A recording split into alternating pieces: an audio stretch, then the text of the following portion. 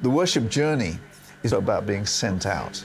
And I think this is such an important thing that we build into this journey, the commissioning to go and do, to go and live. And that, of course, is the way that we step into the story. Now, if you were in church and I stood up to begin the service and said, now let's all say together these words, and they flashed up on the screen, and we said together, my father was a wandering Aramaean, and he went down to Egypt with a few people and lived there and became a great nation. You might give me a double take, but actually that is a core part of the Jewish liturgy. When they gather to worship, they actually start by telling a story going way back to Abraham. Now, there's a powerful logic in that, because if it wasn't for what happened between God and Abraham, there would be no story, there would be no gathering today. Similarly, all of Christian worship is based upon the story of God's intervention into the human condition. And it is as we retell that story and discover how we fit into that worship actually becomes possible. Actually, at the core of Old Testament worship is the retelling of stories, and mostly stories of deliverance. In fact, the first song in the Bible is a song of Moses in Exodus 15, and that is essentially an epic poem about their deliverance at the Red Sea. But out of that poem come things about God, like the Lord is my strength and my song.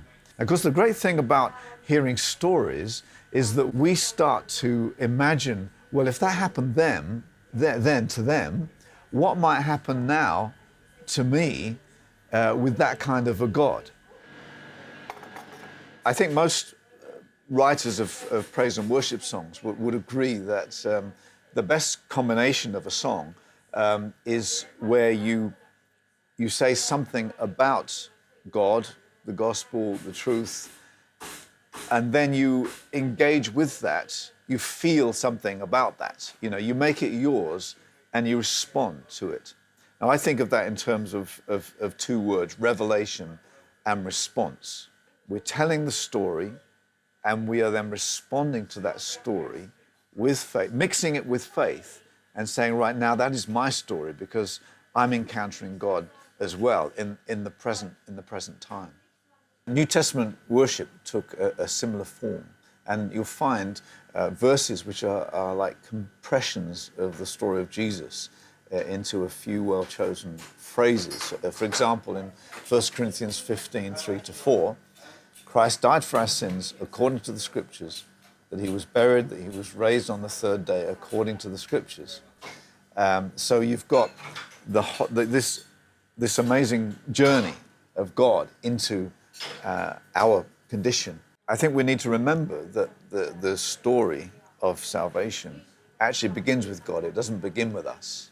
In a culture which puts the emphasis on how we feel about things, the challenge, I think, in Christian worship is to mix back in to that songs that reference Bible stories and Bible characters. We come, we refresh, we're renewed, we remember all God has done for us. We drink in, we breathe in the goodness of that, and then we're sent out to serve and to get our feet on the streets and in our neighborhoods and in our homes, and to seek to be the followers of Christ that we've called to be. When we participate in that core act of Christian worship, which is breaking of bread, communion, Eucharist, whatever it's called in your particular tradition, we are being taken on a journey, and actually it's a very sensory journey through the bread and the wine, the tastes and the smells and the actions of corporately participating in that. We're taken on a journey of remembrance of those key events. We remember something which happened a couple of thousand years ago, but in the remembering of it, we by faith make it ours once again. And this is a core element of Christian worship and how it works. It's revisiting what happened and by faith taking it into our experience now, making it ours, but also looking forward. So the journey is not over.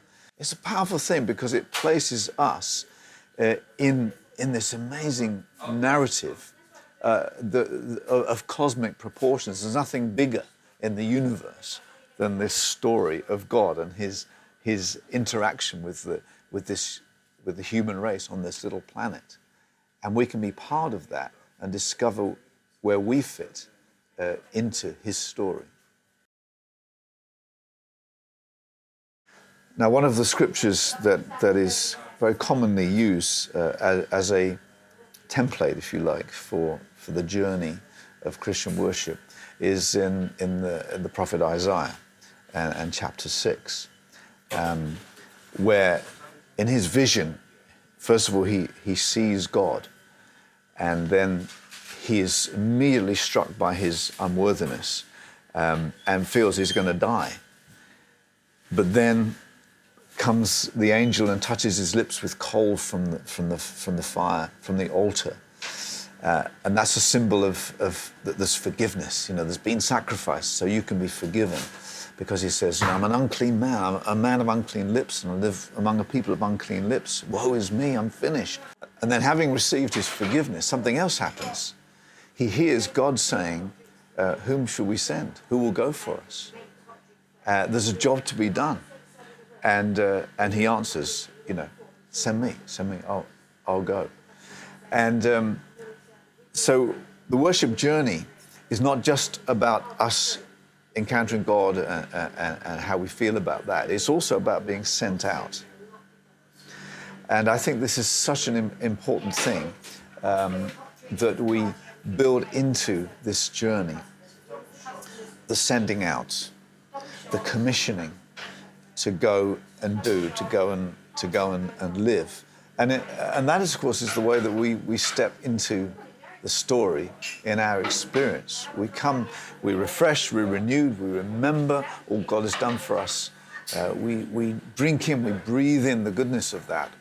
And then we're sent out to serve and to get our feet on the streets and in our neighborhoods and in our homes, and to seek to be the followers of Christ that we've called to be.